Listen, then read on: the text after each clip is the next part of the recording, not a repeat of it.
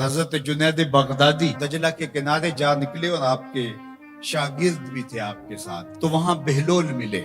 بہلول ایک مجذوب تھے، تو کہا کہ چلیے ان سے زیادہ بات کرتے ہیں۔ تو شاگردوں نے کہا یہ تو ایک دیوانہ شخص ہے اور آپ اس سے کیا ملیں گے، آپ اتنے پڑھے لکھے عالم اور اتنے بڑے فقیہ اور صوفی، اور ایک دیوانے شخص سے آپ ملیں گے؟ دنیا اس کو دیوانہ کہتی تھی، بہلول دیوانہ۔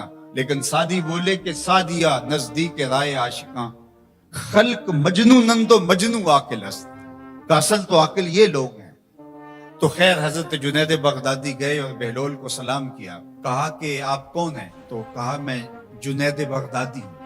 تو کہا کیا کرتے ہیں؟ کہا کہ میں پڑھنے پڑھانے کی ذمہ داریوں میں لگا ہوں۔ تو آپ نے فرمایا کہ کھانے کے آداب جانتے ہو؟ کہا کہ ہاں، ہاتھ دھوئے جائیں، بسم اللہ شریف پڑھی جائے، چھوٹا لقمہ لیا جائے اور چبا چبا کے کھایا جائے اور اس کے بعد الحمدللہ کہا جائے۔ تو بہلول کہنے لگا کہ میں تو آپ کو بہت بڑا عالم سمجھتا تھا، آپ تو کھانے کے ادب کو بھی نہیں جانتے۔ اور اپنا کپڑا اٹھایا، جھاڑا اور ایک جانب چل دیا۔ شاگردوں نے کہا ہم نے آپ کو کہا تھا کہ شخص کے پیچھے جانے کا کیا فائدہ، یہ تو دیوانہ شخص ہے۔ تو کہا نہیں میں اس کے پیچھے چلتا ہوں۔ پھر آپ اس کے پیچھے بھاگے۔ تو پھر بہلول نے پلٹ کے دیکھا، کہا کہ کون ہو؟ کہا کہ میں جنید ہوں، آپ کو ملنے آیا ہوں۔ تو آپ نے پھر ایک سوال کیا، گفتگو لمبی ہو جائے۔ تیسری مرتبہ بھی جب وہ اپنا دامن چھاڑ کے گزرے تو پھر آپ آگے بڑھے۔ انہوں نے پوچھا کون ہو؟ انہوں نے کہا کہ میں ایک عام سا شخص ہوں، تو آپ کے پاس جو ہے وہ سیکھنے آیا ہوں۔ تو کہا کہ میں نے تم سے پوچھا تھا کہ کھانے کے آداب کیا ہیں، تو تم نے یہ بتایا تھا۔ کہا جی میں نے تو یہی پڑھا ہے اور میں نے یہی بتایا ہے۔ تو کہا کھانے کا سب سے پہلا ادب یہ ہے کہ لقمہ حلال کا ہو، باقی لقمے چھوٹے چھوٹے توڑ کے کھائے یا چبا چبا کے کھائے یا جو ہے وہ پانی پہلے پیے یا بعد میں پیے، کہا یہ باتیں بات کی ہے، سب سے پہلا ادب کھانے کا یہ ہے کہ لقمہ طیب ہو، لقمہ طاہر ہو، لقمہ پاکیزہ ہو۔ اللہ اکبر۔ تو ہمارے رب نے ہمیں پاکیزہ رزق کھانے کی تلقین فرمائی ہے۔ تو اللہ کے محبوب علیہ السلام نے اس شخص کا ذکر کیا جو لمبا سفر کر کے آیا اور وہ کعبۃ اللہ کے سامنے کھڑا، وہ اللہ تعالیٰ جل شانہ کو پکارتا ہے اور کیا کہتا ہے، یا رب یا رب۔ اشعث اغبر، اس کے بال بکھرے ہوئے ہیں اور اس کا لباس پھٹا ہوا ہے، پراگندہ سی حالت ہے، اور اللہ کے گھر کے سامنے کھڑا ہے، لمبے لمبے ہاتھ کر کے دعا مانگ رہا ہے، یا رب اے میرے اللہ، اے میرے اللہ۔ لیکن فرمایا وَمَطْعَمُهُ حَرَامٌ وَمَشْرَبُهُ حَرَامٌ وَمَلْبَسُهُ حَرَامٌ وَغُذِّيَ بِالْحَرَامِ فَأَنَّىٰ يُسْتَجَابُ لِذَٰلِكَ۔ فرمایا کہ اس نے جو کھایا ہے وہ حرام کا ہے، اس نے جو پیا ہے وہ حرام کا ہے، اس نے جو لباس پہنا ہے وہ حرام کا ہے۔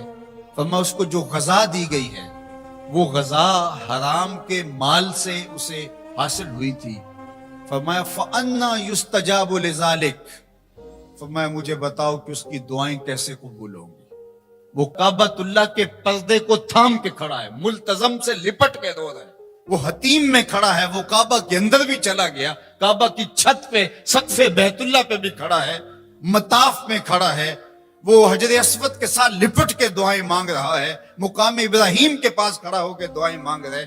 یمد یدہ، اس کے ہاتھ لمبے لمبے ہیں، یا رب کے کلمات اس کی زبان پہ ہیں، اور اشعث اغبر، غبار آلودہ بکھرے ہوئے اس کے بال ہیں، اور حالت پراگندہ ہے کہ کسی کو گزرتے ہوئے بھی ترس آ جائے، اور اللہ کے گھر میں کھڑا ہے تو وہ کیوں نہیں معاف کرے گا۔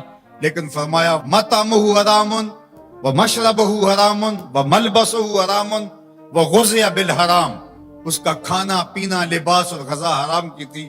فأنیٰ یستجاب لذالک، اس کی دعائیں کیسے قبول ہوں گی؟ بلکہ علماء نے لکھا کہ جو شخص حرام کمائی کھاتا ہے اس کی اپنی دعائیں تو قبول نہیں ہوتی، نیک لوگوں کی دعاؤں سے بھی اس کا حصہ نکال دیا جاتا ہے۔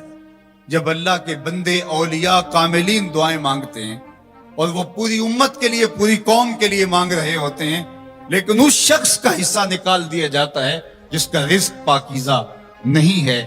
اس لیے رزق کی پاکیزگی یہ بہت اہم ہے. رومی علیہ الرحمہ فرماتے ہیں کہ اگر تمہارا رزق پاک ہوگا، تمہارا رزق ستھرا ہوگا، تمہارے سینے میں معرفت کا نور پیدا ہوگا. اور اگر تمہارے سینے میں غل، غش اور حسد، بغض، کینہ اور نفرتیں پیدا ہو رہی ہیں تو پھر تم غور کرو کہ تمہارے رزق میں کوئی مسئلہ ہے.